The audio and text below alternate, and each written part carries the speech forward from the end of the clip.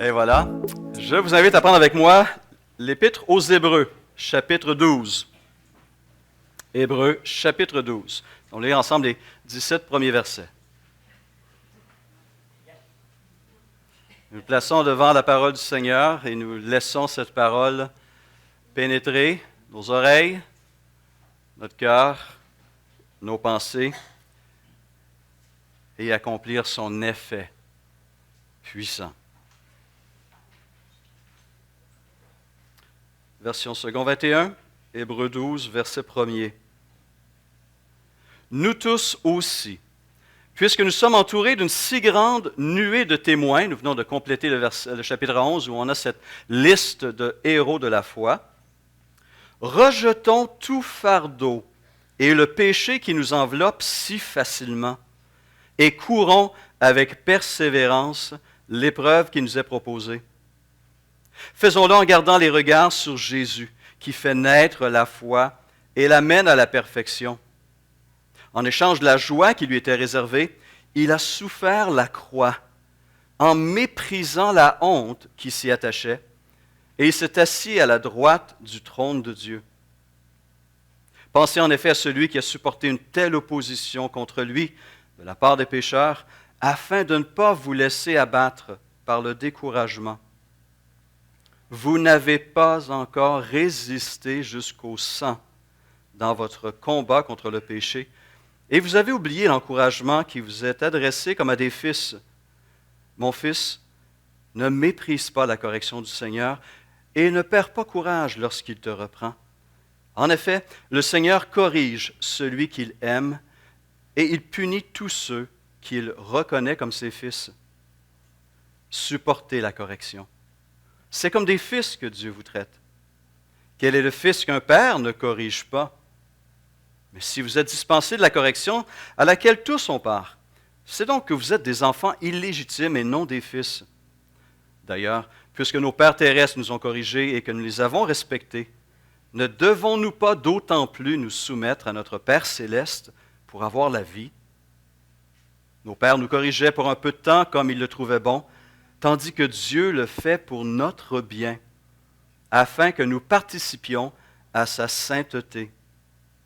Certes, au premier abord, toute correction semble un sujet de tristesse et non de joie, mais elle produit plus tard, chez ceux qu'elle a ainsi exercés, un fruit porteur de paix, la justice. Fortifiez donc vos mains défaillantes et vos genoux flageolants, et faites des voies droites pour vos pieds, afin que ce qui est boiteux ne se démette pas, mais plutôt soit guéri. Recherchez la paix avec tous et la progression dans la sainteté. Sans elle, personne ne verra le Seigneur. Veillez à ce que personne ne se prive de la grâce de Dieu, à ce qu'aucune racine d'amertume produisant des rejetons ne cause du trouble et que beaucoup n'en soient infectés. Veillez à ce qu'aucun de vous ne fasse preuve d'immoralité sexuelle ou ne se montre profanateur comme Ésaü, qui, pour un seul repas, a vendu son droit d'aînesse. Vous savez que plus tard, il a voulu obtenir la bénédiction, mais il a été rejeté. En effet, il n'a pas pu amener son père à changer d'attitude, bien qu'il l'ait cherché avec larmes. Ici s'arrête la lecture. Seigneur, cette parole, nous la recevons ce matin et nous te prions de nous parler à travers elle, d'ouvrir et de transformer, Seigneur, nos pensées, de nous purifier par elle. Amen. Alors, je suis heureux de savoir que 2 frères cette semaine ont répondu à mon invitation de la semaine dernière. Vous vous rappelez de l'invitation que je vous ai lancée? Voilà, de me faire parvenir les questions qui sont sur votre esprit, des questions sur la vie chrétienne qui vous tracassent un peu, qui vous restent perplexes. Et 2 frères, donc, m'ont fait parvenir leurs questions. Et j'ai choisi la toute première qui m'est arrivée parce que je crois qu'elle est probablement sur l'esprit, elle vient régulièrement à l'esprit de nous tous. Et la question est la suivante. Comment puis-je avoir la victoire sur un péché habituel, un péché persistant? Il est théologiens vont parler d'un péché rémanent qui revient constamment. La Bible, Hébreux 12, nous parle de ce péché qui nous enveloppe si facilement. Toute une confession de la part de cet auteur. D'autres versions vont traduire ainsi du péché qui s'accroche si facilement à nous, la Bible en français courant, ou encore du péché qui nous cerne si facilement de tous côtés. Et cette dernière traduction m'a fait penser à un passage en Genèse 4, lorsque Caïn a offert son sacrifice à Dieu, comme Abel, le sacrifice d'Abel a été accepté, mais celui de Caïn ne l'a pas été, et Caïn est en colère, au point que Dieu intervient et lui dit, « Pourquoi es-tu irrité? Et pourquoi arbores-tu un air si sombre? Certainement, si tu agis bien, tu te relèveras. Si en revanche, tu agis mal, le péché est couché à la porte et ses désirs se portent vers toi, mais c'est à toi de dominer sur lui. » J'aime cette image, elle est très très riche, n'est-ce pas? Le péché est présenté comme une bête qui nous attend. Il attend qu'on ouvre la porte, qu'on sort à l'extérieur pour nous sauter dessus, planter ses crocs, ses griffes en nous, et il espère nous dévorer. Mais la parole de Dieu dans ce texte aussi est une source d'encouragement. Il est possible de dominer sur le péché. Alors, si vous marchez le moindrement longtemps dans les voies du Seigneur, vous le savez comme moi, nous sommes toujours et serons toujours ici-bas en train de nous battre. La vie chrétienne est un combat. Ce n'est pas une vie qui se la coule douce. C'est un combat contre le monde, ce système qui s'oppose à Dieu, ce système qui ignore Dieu, qui va aller à l'encontre de la volonté de Dieu. C'est un combat contre Satan qui utilise ce monde, contre nous aussi, mais c'est un combat contre le péché. Un péché qui souvent encore travaille de l'intérieur. Et certains péchés sont particulièrement collants. Du velcro. Ou c'est quoi? C'est des chardons. Là, on se promène dans un champ, puis on se retrouve qu'on s'est plein de plantes nous ont collé dessus. Hein? Certains péchés sont très, très collants. Des péchés qui sont appelés habituels, persistants ou rémanents. Ce matin, j'ai 3 questions pour nous. Premièrement, qu'est-ce qu'un péché habituel, persistant? Quelles sont les conséquences du péché habituel sur ma vie et celle des autres? Et comment puis-je vaincre mon péché habituel? Nous voulons commencer avec la première. Qu'est-ce qu'un péché habituel ou qu'est-ce qu'un péché persistant? Eh bien, essentiellement, nommer un péché. Et il est probable qu'un frère ou une sœur, à quelque part, lutte d'une manière soutenue contre ce péché, contre cette tentation. Est-ce que tu trouves ma liste, Marc? Non? D'accord. Je vais vous inviter à faire cette liste avec moi. Nommez-moi ces péchés qui semblent coller d'une manière particulière à nous. Chrétiens, il faut l'admettre aussi. La gourmandise. Les excès de table, on en rit aujourd'hui dans cette société d'abondance, mais elle fait partie de la liste des œuvres de la chair en Galates 5, 19. N'est-ce pas? La paresse est aussi un péché. On perd toutes sortes d'opportunités de servir le Seigneur. On préfère le confort, le repos, rester chez soi bien tranquille. La paresse nous empêche d'accomplir bien des choses pour le Seigneur. Le mensonge en est un. L'orgueil a été mentionné.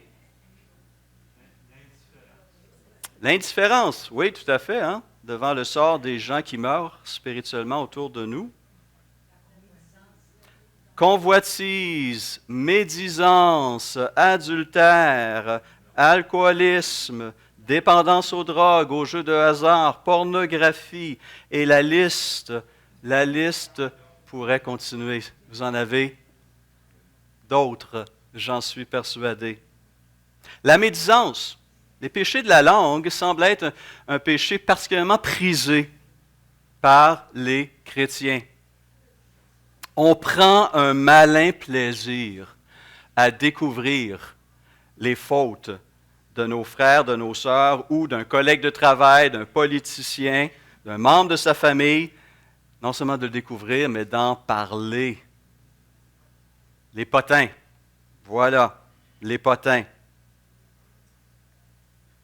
Il y en a qui sont même prêts à payer pour ça, les journaux à potins. Il y en a qui vont dépenser de l'argent pour entendre les dernières choses qui se disent sur politiciens, sur acteurs, actrices, musiciens ou autres. Regardez les réseaux sociaux. Si vous voulez une source abondante, vous les avez juste là. La médisance est un péché. Alors, c'est quoi la médisance? C'est important de faire la différence entre la médisance et la calomnie. Le chrétien ne calomnie pas. Hein? On ne dit pas des mensonges. Hein? On dit seulement des vérités. Et des médisances, les médisances sont des vérités, mais qui sont dites dans le but de nuire, exactement, de rabaisser ou de s'élever au-dessus de l'autre, de se montrer meilleur, n'est-ce pas? Souvent, c'est un esprit de jalousie qui nous amène à faire cela, ou de vengeance. On sait quelque chose qui est vrai ou que nous croyons être vrai, et on va le partager pour faire du tort. Le mensonge, même des hommes de Dieu, mentent. En fait, pensons au père des croyants et bon ami de Dieu, Abraham. À 2 reprises, sa peur des hommes l'a amené à mentir sur le statut exact de son épouse. Il a appelé sa sœur, elle était en effet sa demi-sœur, mais la question n'était pas cela. La question était, est-ce que c'est ta femme ou pas? Est-ce qu'elle est libre ou pas? Et à 2 reprises, devant Pharaon et devant le roi Abimelech, il a menti sur le statut, le rapport qui le liait à son épouse. Alors, si un homme de Dieu, le père des croyants, ce bon ami de Dieu peut ainsi mentir, je pense qu'il y a très peu d'autres croyants qui sont à l'épreuve de ces dangers. Même les pasteurs. Je vais faire une petite confession ici. Il y a un certain temps, j'étais en réunion avec 3 collègues, et puis on était dans une retraite pendant quelques jours, et puis un des frères a eu l'idée, il disait, écoute, il est temps qu'on se parle des vraies choses, qu'on se dise vraiment les vraies choses, et puis la question de sa transparence est venue sur la table. Il a dit, je pense que c'est temps qu'on se parle, on doit prier les uns pour les autres, et on va partager ces péchés habituels là, qui nous agrippent. Et le premier qui était assis là-bas a décidé de lancer le bal.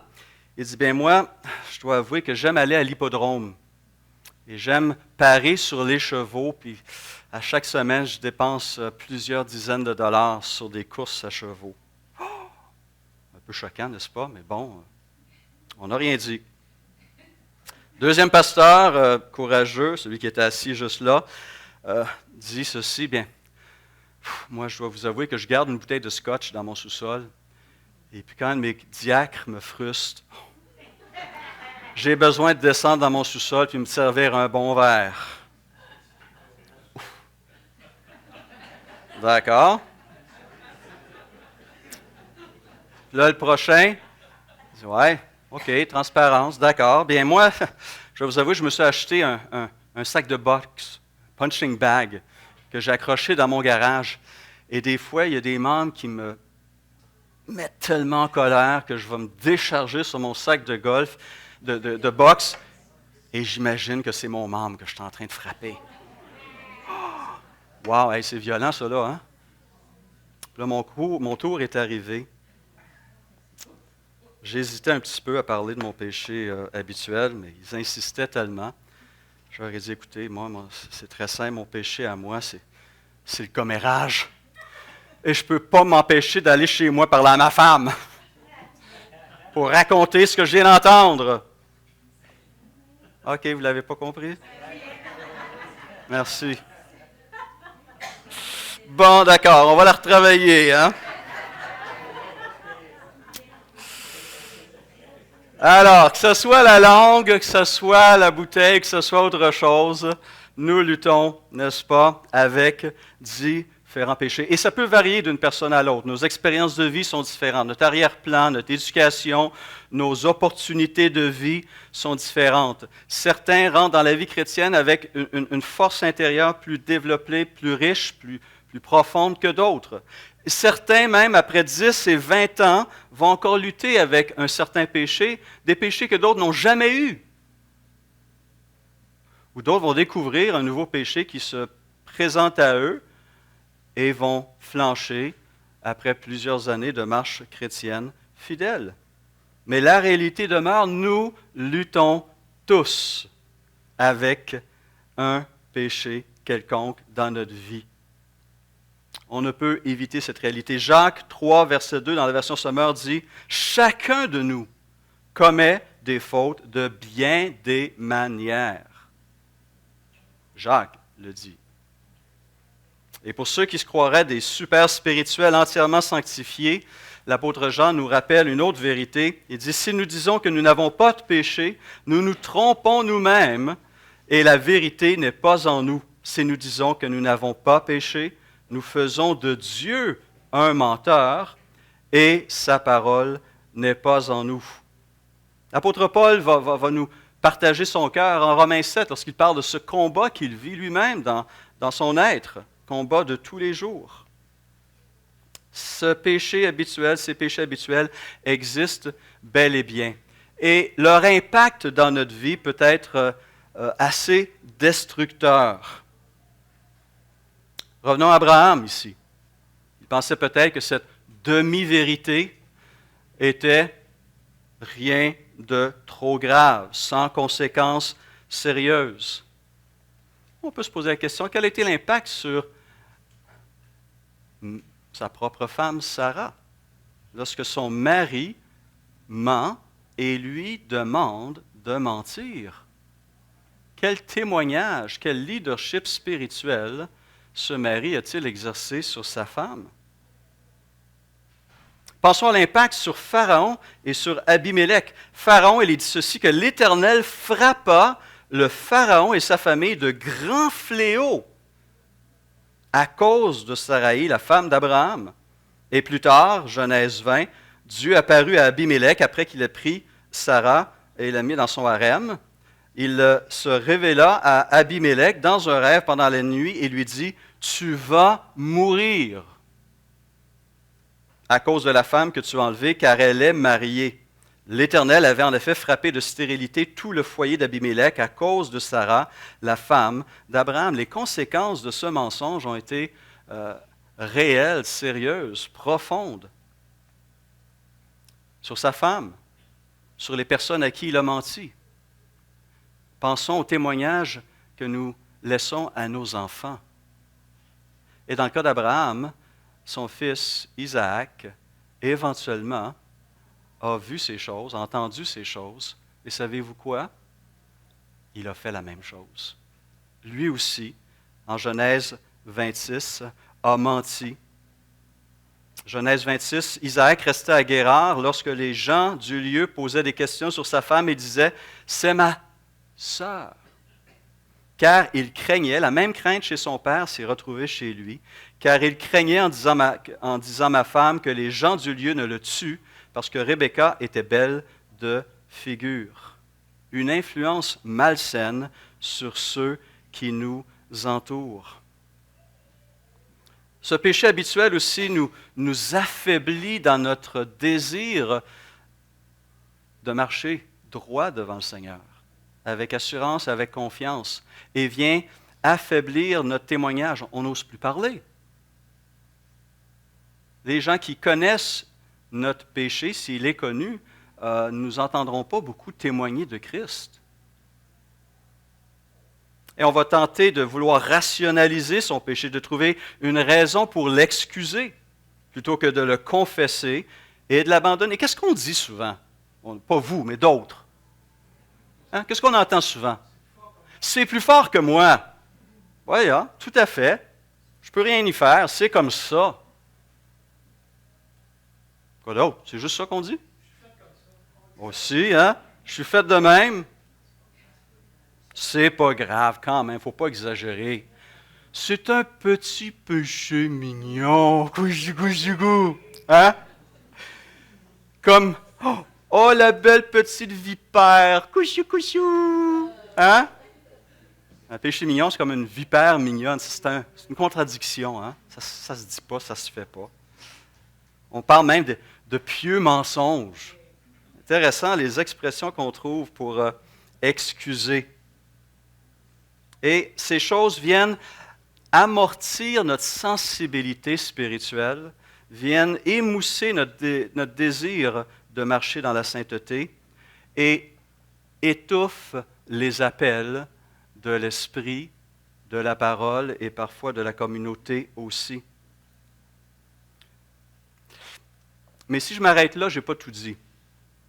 Parce que si je m'arrête là, je donne l'impression que le péché, tomber dans le péché, est quelque chose de purement orienté vers le moi, en quelque sorte, ou ceux qui sont proches de moi. Il y a une réalité qui est encore plus grande et plus grave et plus triste. Paul nous en parle en Éphésiens 4. Il dit que celui qui dérobait ne dérobe plus, mais plutôt qu'il travaille en faisant de ses mains ce qui est bien pour avoir de quoi donner à celui qui est dans le besoin. Qu'il ne sorte de votre bouche aucune parole mauvaise, mais s'il y a lieu, quelques bonnes paroles qui servent à l'édification et communiquent une grâce à ceux qui l'entendent. Et savez-vous qu'est-ce qu'il dit immédiatement après? N'attristez pas l'esprit. Mon péché, qu'elle soit en parole, en action, mon péché attriste le Saint-Esprit de Dieu qui habite en moi. Je porte atteinte au Père, au Fils et du Saint-Esprit. Je fais de la peine à mon Seigneur, à mon Rédempteur, à mon Dieu. Mon péché a des conséquences nombreuses, profondes et durables. Et donc, nous arrivons à notre question la plus importante que nous allons commencer ce matin à déballer. Comment alors puis-je vaincre mon péché habituel? Nous avons plusieurs ressources entre les mains et on a besoin de les redécouvrir et d'y retourner et d'y retourner pour bâtir cette capacité de dire non et de pouvoir à nouveau marcher la tête haute en Jésus-Christ. Nous avons des ressources personnelles, communautaires et divines. Ce matin, commençons avec les ressources personnelles. Et celle-ci souligne l'importance de la reconnaissance de sa faute, de la repentance de cette faute, envers cette faute, et de la confession de cette faute. Alors, il faut commencer donc en étant profondément honnête avec soi-même. Si je demeure dans un péché quelconque, c'est parce que je le trouve pas mal beau, pas mal attirant. Et si c'est un péché qui revient et qui revient et qui revient, je lui ai donné une emprise sur mes pensées, sur mon cœur, sur ma vie entière, qui lui a donné possiblement la capacité de devenir une idole dans mon cœur. Et j'aime mieux adorer cette idole, j'aime mieux venir à cette idole et je m'attends à plus de satisfaction, de joie de cette idole que du Dieu vrai et 3 fois saint. Et je dois donc reconnaître que je suis idolâtre au fond de moi-même et confesser cette idolâtrie. Éviter les faux fuyants. Comme ça a été dit, ces excuses, c'est juste un petit trait de caractère. Hein? Non, non. C'est une manifestation de ma nature pécheresse. C'est juste un petit caprice. Non, c'est une désobéissance flagrante et un affront direct à mon Maître, à mon Seigneur, à mon Sauveur qui est mort à cause de ses péchés. Et c'est de l'auto-justification, tout à fait. Et donc, il faut reconnaître d'abord et avant tout la réalité de ce péché présent dans ma vie qui va me conduire ensuite à une repentance sincère. Je dois, comme le Saint-Esprit, mais dans l'autre sens, pleurer. Pleurer. Expérimenter cette tristesse selon Dieu.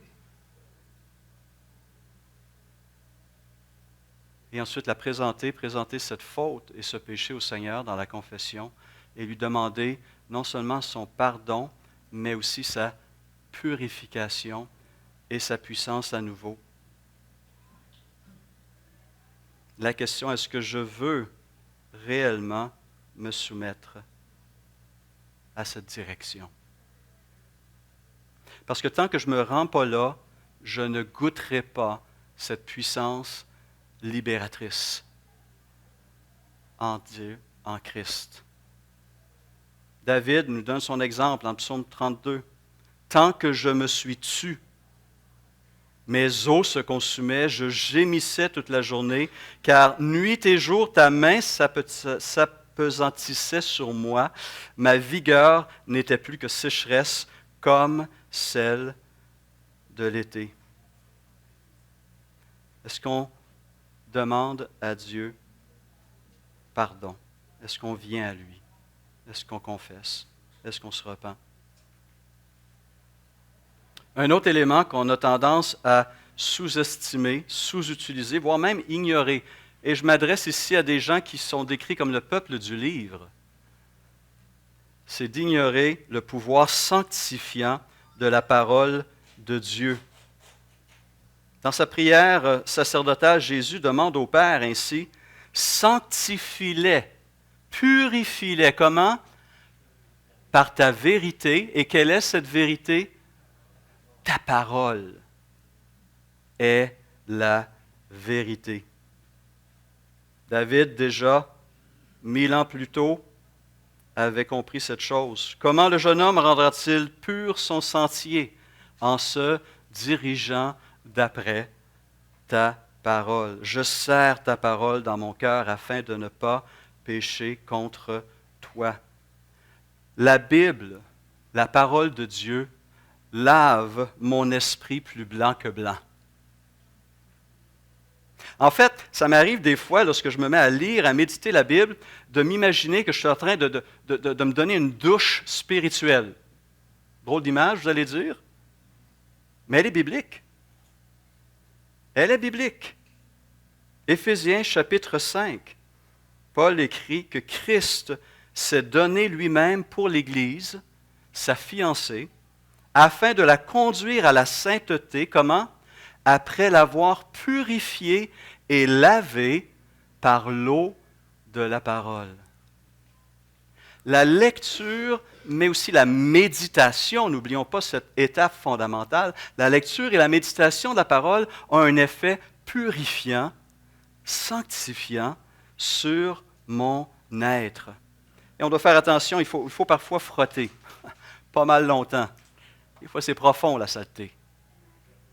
Et si je ne fais que lire très rapidement, bien, c'est comme plein d'autres choses. Tout ce que je fais rapidement, ça s'oublie rapidement, son effet ne dure pas longtemps.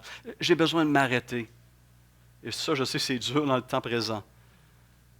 On court d'une chose à l'autre. On a besoin d'être stimulé par plein de choses et de s'asseoir et de lire et d'écouter, de questionner, de se laisser questionner.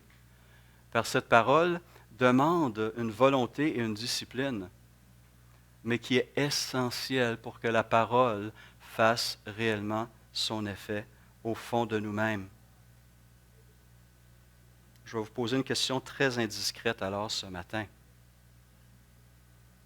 Avez-vous une bonne hygiène spirituelle?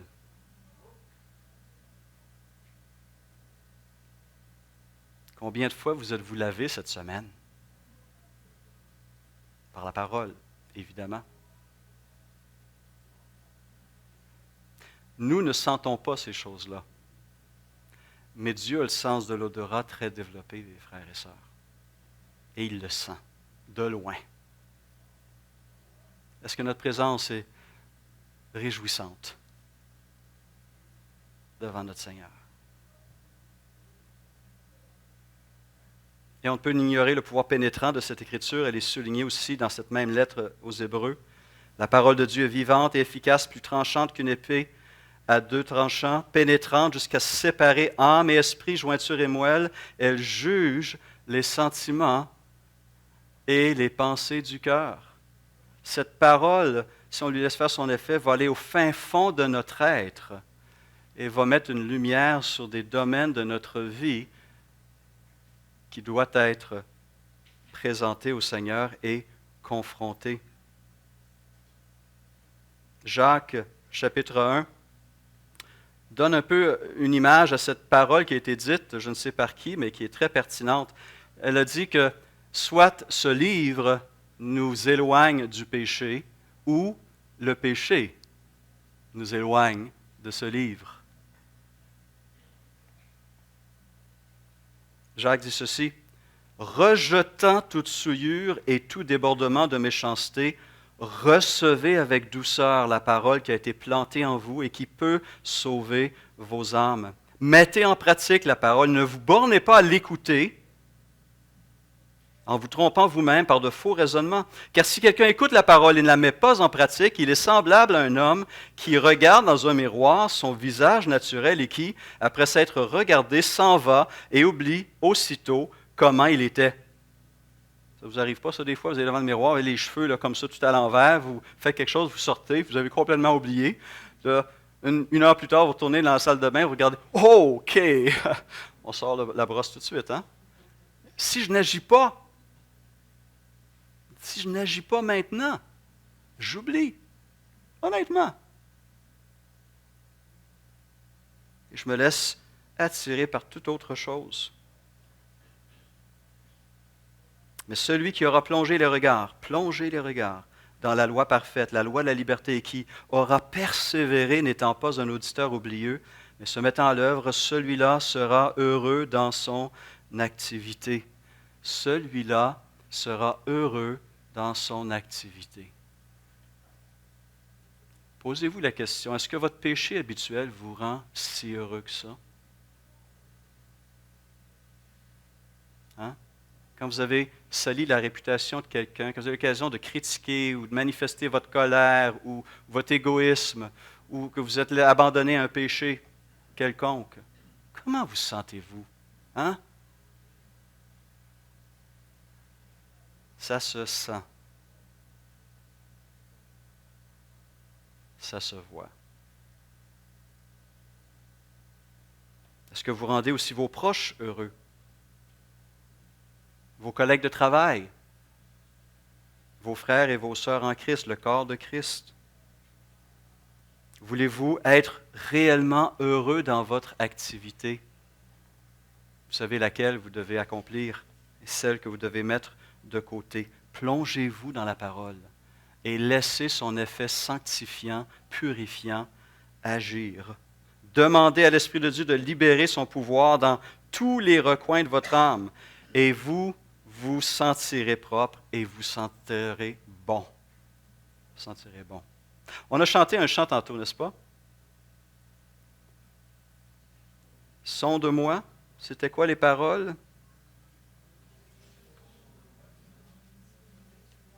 Brise-moi.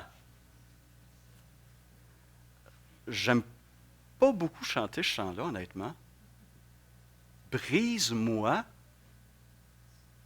Façonne-moi. C'est une confession qu'il y a quelque chose encore dans ma vie qui est tout croche et qui a besoin d'être redressé. Et c'est pas trop plaisant d'être brisé et être façonné. On chante. J'espère que ça ne reste pas juste des paroles qu'on a dites et qu'on a oubliées. Et j'espère que la prochaine fois qu'on va la chanter, ça va être avec cet esprit de prière. Seigneur, je reconnais, j'ai besoin de ton action dans ma vie. J'ai besoin de l'action de ta parole dans ma vie. J'ai besoin de l'action de ton esprit dans ma vie. J'ai besoin que tu brises ces domaines où tu n'as pas encore le contrôle. J'ai besoin que la lumière de ta parole, l'action purificatrice de ton esprit pénètre au plus profond de mon être, dans tous les raccoins, efface ce travail de l'âme. La parole permet ce genre de choses. Mais il n'y a pas que la parole, il y a aussi la prière. Après avoir souligné l'action pénétrante, purifiante de la parole, l'auteur de l'Épître aux Hébreux poursuit sa lecture, Actes 4:13. Il dit « Aucune créature n'est cachée devant lui. » Donc, si on pense faire ça dans les ténèbres, même les ténèbres sont lumière devant le Seigneur. Il n'y a rien qu'on fait réellement seul ou en cachette. Dieu sait tout, Dieu voit tout. Aucune créature n'est cachée devant lui. Tout est nu et découvert aux yeux de celui à qui nous devons rendre compte. Ainsi, puisque nous avons un souverain grand prêtre qui a traversé le ciel, Jésus, le Fils de Dieu, restons fermement attachés à la foi que nous professons. En effet, nous n'avons pas un grand prêtre incapable de compatir à nos faiblesses. Au contraire, il a été tenté en tout point comme nous, mais sans commettre de péché. Et voici cette invitation. Approchons-nous donc avec assurance du trône de la grâce, afin d'obtenir compassion et de trouver grâce pour être secouru au moment opportun. Et parfois même, il faut avoir le courage, la foi et l'humilité de prier. Brise-moi, Seigneur. Je n'y arrive pas moi-même. Brise-moi, s'il te plaît. Façonne-moi à l'image de Christ. J'ai besoin de cette œuvre.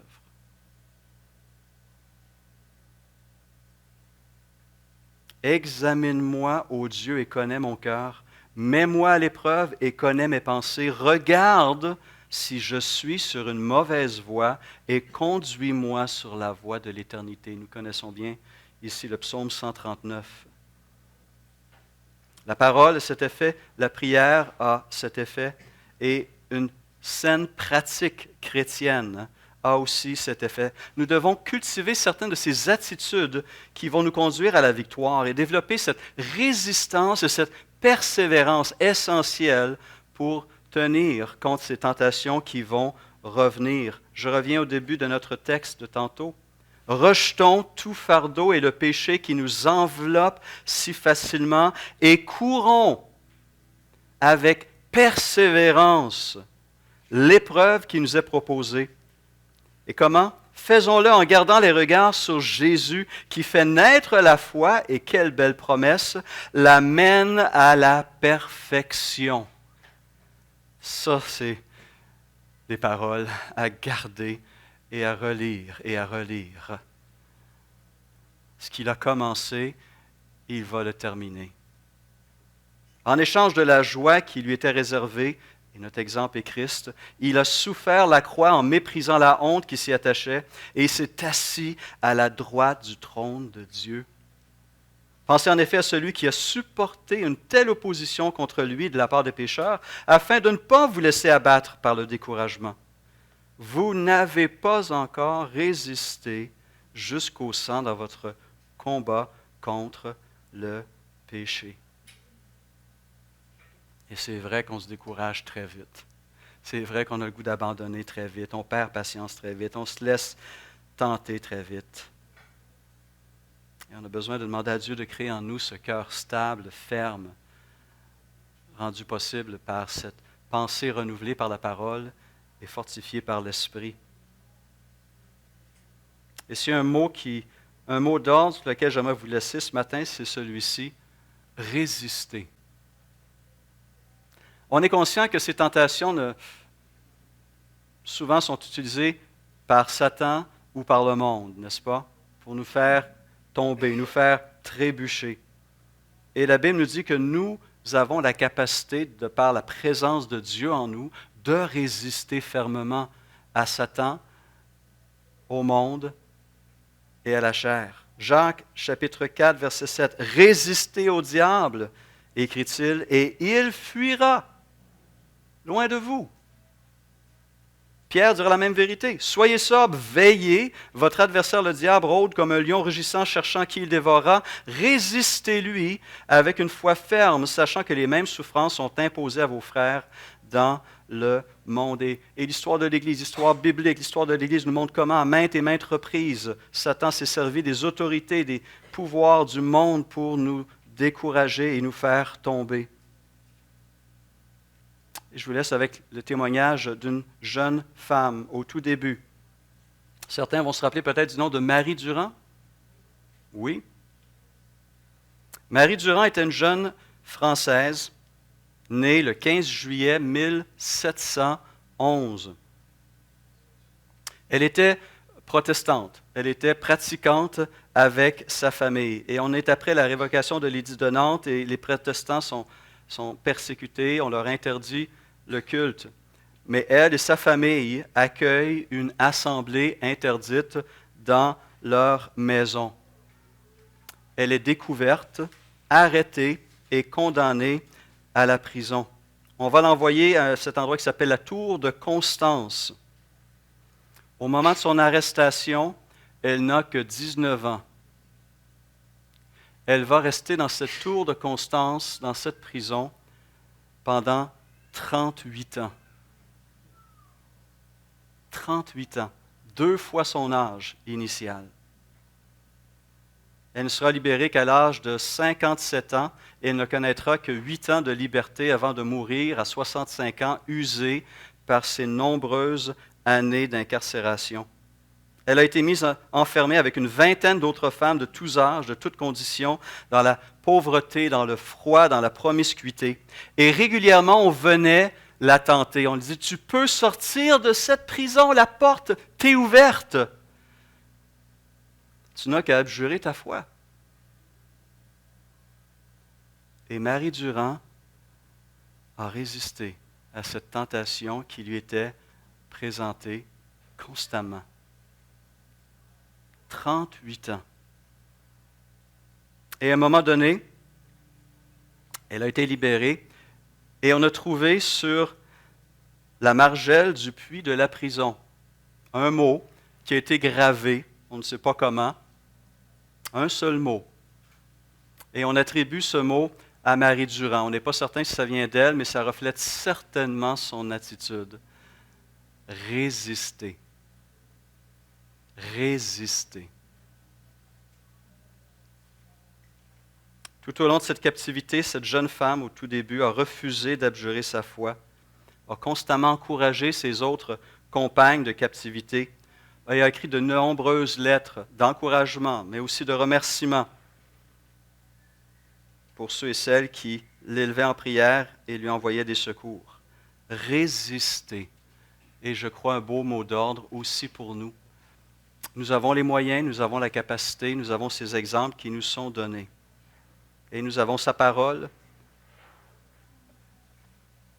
la prière et ses saines pratiques de vie. Et je vous laisse un dernier texte, celui qui nous vient de l'apôtre Paul lui-même.